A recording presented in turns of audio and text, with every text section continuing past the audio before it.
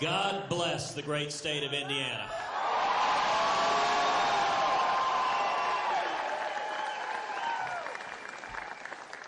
To Chad and Clay and Mike, I want to thank you for being here. Thank you for your strong leadership. Thank you for everyone coming together on a terrific evening here in the Hoosier State. You know, tonight, Donald Trump is expected to have a good night.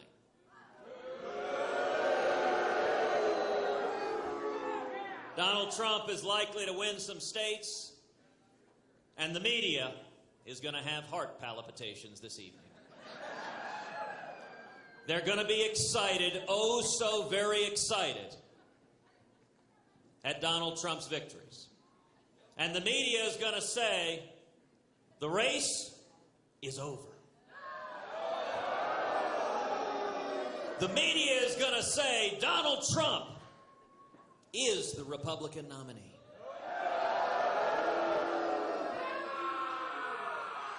Now, if you find yourself wondering why the media is so eager to have Donald as the Republican nominee, you don't have to look any further than today's USA Today front page. 40% of GOP doubt they'd vote for Trump. 40%. Now, I want you to think for a second. The network executives, are they Democrats or are they Republicans? Every one of them are ready for Hillary. And Donald Trump is the one man on earth Hillary Clinton can beat in a general election. And so the media has told us, the candidates in this race, the Republican and Democrat, they're both going to be New York liberals. But I got good news for you. Tonight, this campaign moves back to more favorable terrain.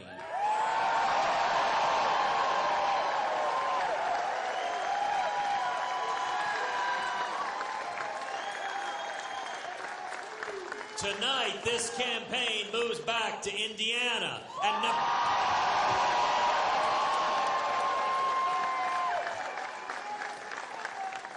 Nebraska and North Dakota and Montana and Washington and California.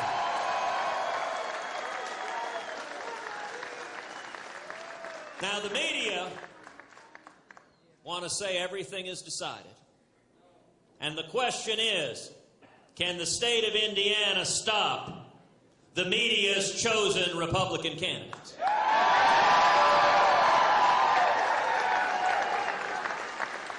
Well, as you all know, we're here on the Hickory basketball court. And Bruce, who travels with me, Bruce, I want to ask you something. Do you have a tape measure with you? You're a liar. How tall is that basketball rim? Bible high. 10 feet.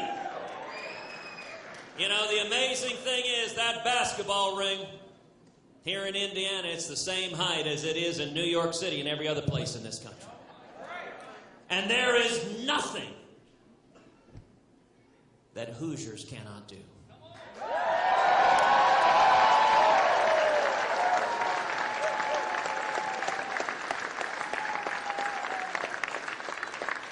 Now, there's been a lot of media speculation lately about vice presidential vetting.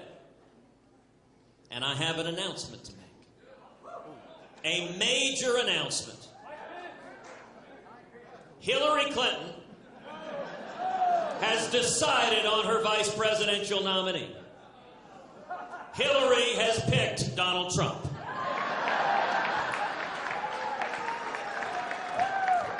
Now, it's important to note, Hillary had a very careful vetting process that went into this. She wanted someone who shared her vision of the federal government.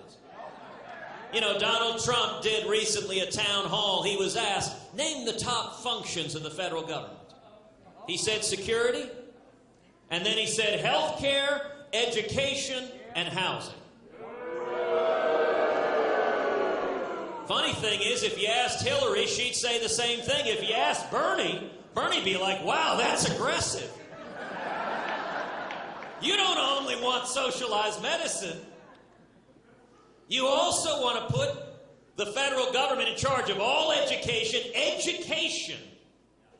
Common Core. According to Donald, that's the core responsibility of the federal government. And housing. How many people are ready for the federal government taking over the housing market? And you know, Donald and Hillary, they are flip sides of the same coin. Hillary Clinton has made millions of dollars selling power and influence in Washington.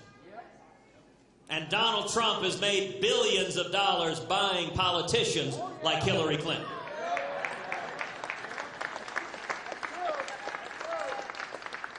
But some in the media might say, oh, come on, that's not fair. No, it's not reasonable to suggest that Donald Trump and Hillary Clinton could ever run as a ticket. I'm going to walk you through 13 policy issues where Donald and Hillary have the very same views. Let's start with the area of jobs. My number one priority is jobs, bringing back jobs and economic growth.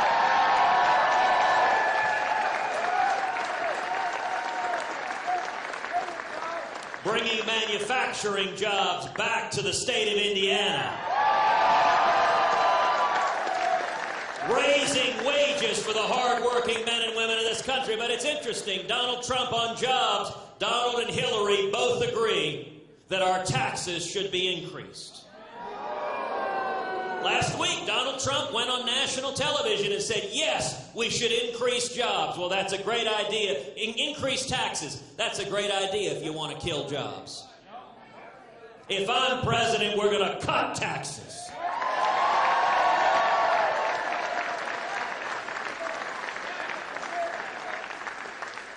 Second critical area under jobs, Donald and Hillary both support the Obamacare individual mandate.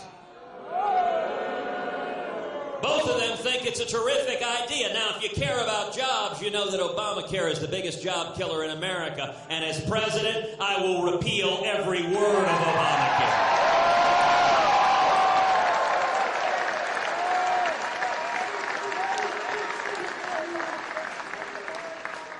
A third area where Donald and Hillary get it wrong on jobs is immigration. Both Donald and Hillary believe that illegal immigrants who are here should be able to become U.S. citizens. Now, Donald thinks that we should fly them back to their home country first, but then let them in, right back in, and make them U.S. citizens. Let me tell you what I'm going to do as president. We're going to stop amnesty, secure the borders, end sanctuary cities, and end welfare benefits for those here illegally.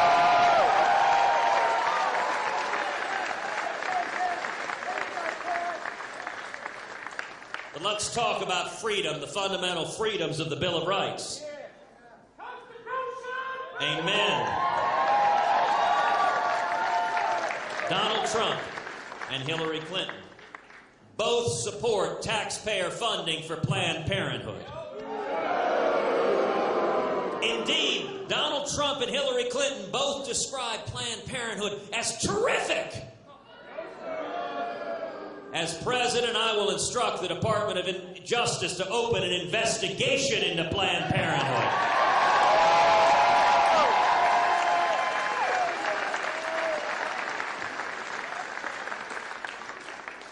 Donald Trump and Hillary Clinton both supported Bill Clinton's national ban on many of the most important firearms in America. As president, I will defend the Second Amendment right to keep and bear arms.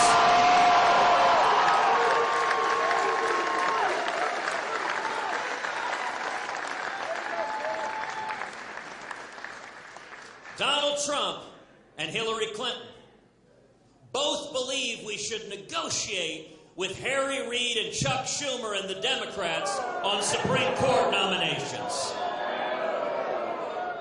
I give my word to the people of Indiana and the people of America that every justice I appoint to the court will be a principled constitutionalist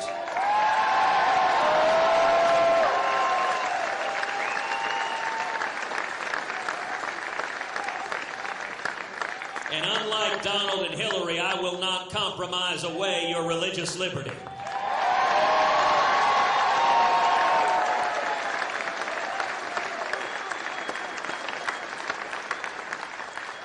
And Donald Trump and Hillary Clinton both agree that grown men should be allowed to use the little girl's restroom. Now let me say, it is just common sense. This isn't a matter of right or left or Democrat or Republican. This is basic common sense. That grown adult men, strangers, should not be alone in a bathroom with a little girl.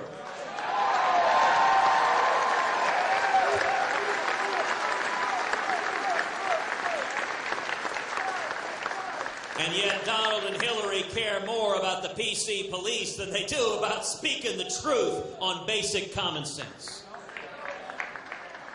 Let's talk about security. The eighth policy issue, where Donald and Hillary's views are identical, is Donald Trump and Hillary Clinton both believe the U.S. government should be neutral between Israel and the Palestinians. As president, I will not be neutral. We will stand with Israel.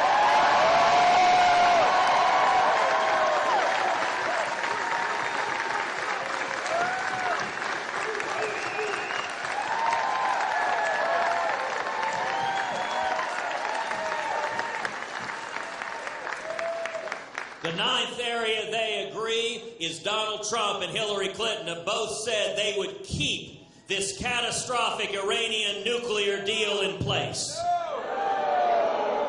As president, I will rip to shreds this nuclear deal with Iran.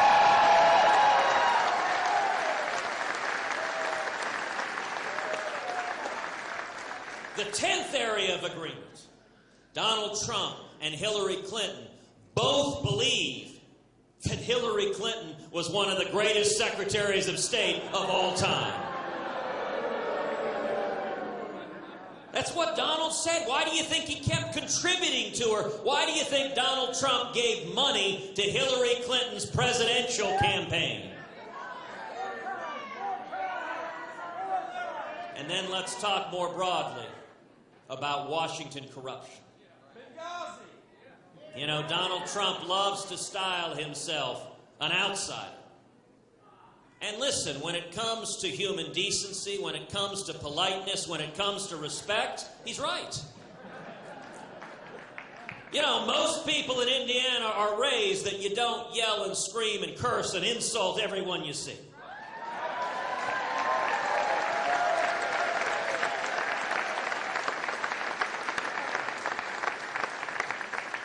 But Donald Trump and Hillary Clinton's campaigns are both run by Washington lobbyists. Washington lobbyists run their entire campaigns for both of them. Donald Trump and Hillary Clinton both supported Obama's failed stimulus plan. And Donald Trump and Hillary Clinton both supported Obama's TARP bailout of Wall Street. You know, Lyin just this past week, Donald's lobbyist campaign manager was talking to the top officials of the Republican Party. And he said Donald is just playing a role. He's just playing a part. He doesn't mean any of this. He doesn't believe any of this. He's going to change and pivot away from everything he's saying. Lyin. Now, when that was first reported, the Trump campaign immediately tried to deny it. But the problem was they caught Trump's lobbyist campaign manager on tape. So they have him on tape saying Donald's just playing a role. And he'll be a completely different person. As Donald put it, he can be the most politically correct person on earth. We've had enough of having the most politically correct person on earth in the White House. He's a liar. Whoa. Bible high. Bible high. Puts it down and then he lies, you know. Is telling us he's lying to us.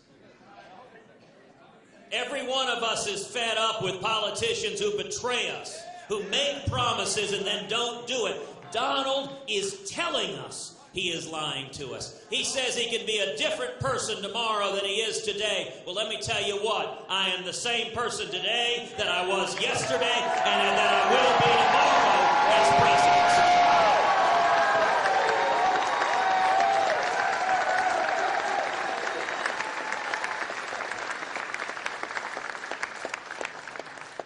The federal government, out of control taxes and regulations are killing jobs all across this country. The working men and women in this country, the men and women with calluses on your hands, are paying the price for Washington that isn't listening to us, that is captive to the Washington lobbyists like the Trump and Clinton campaigns.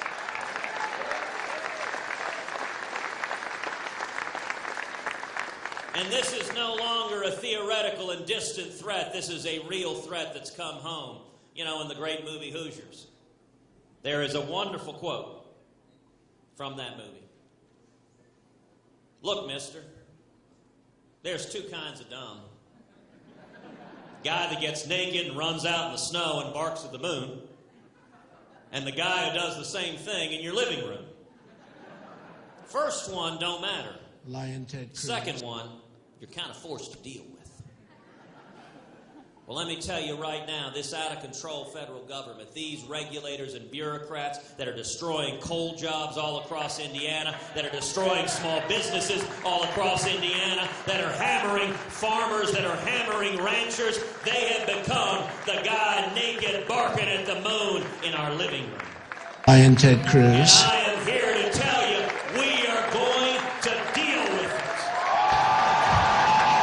Lyin, Ted. Liar. You're a liar. Whoa. Bible high. This race is real simple. Donald Trump and Hillary Clinton are both big government liberals. They both think the federal government is the answer to every problem. I agree with Ronald Reagan that the scariest words in the English language are, I'm from the government and I'm here to help you.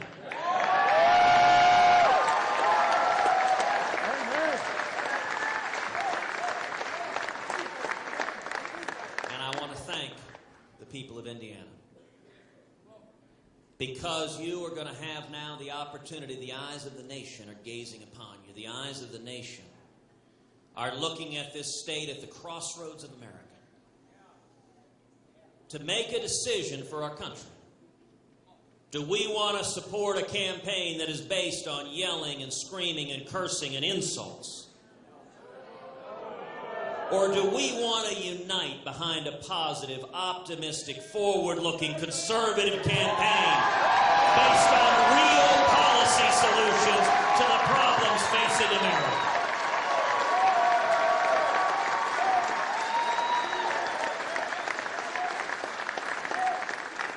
This election is about jobs, it's about freedom, it is about security. And we need a president. Thank you, sir. You know, it's always nice that you have one Donald Trump supporter who comes in and disrupts. And I note that what he does is he wants to scream and yell and disrupt. Thank you, sir. See, one of the things that Mr. Trump doesn't understand is the First Amendment gives everyone the right to speak, but it doesn't give you the right to disrupt. It doesn't give you the right to try to silence others. It doesn't give... Hey, treat him with respect. Everyone keep your hands off of him. Everyone keep your hands off of him. Everyone keep your hands off of him. See, one difference, if this were a Trump rally, I would be encouraging people to punch him.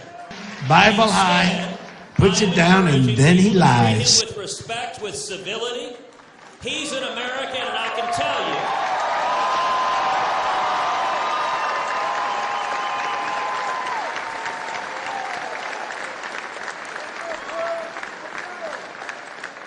tell you, even as he comes here and tries to scream and yell and insult, very much following the Trump pattern, I am running to be his president as much as I am running to be everyone's president.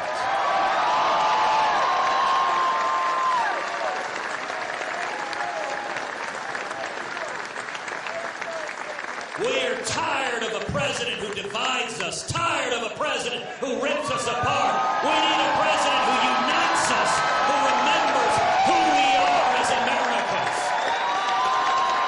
Together, the people of Indiana are going to send a powerful signal to the media, a powerful signal to the Washington establishment that the chosen candidates of Washington, the chosen candidates of big money and the lobbyists, they are not going to decide the Republican nominee. It is going to be we the people. Take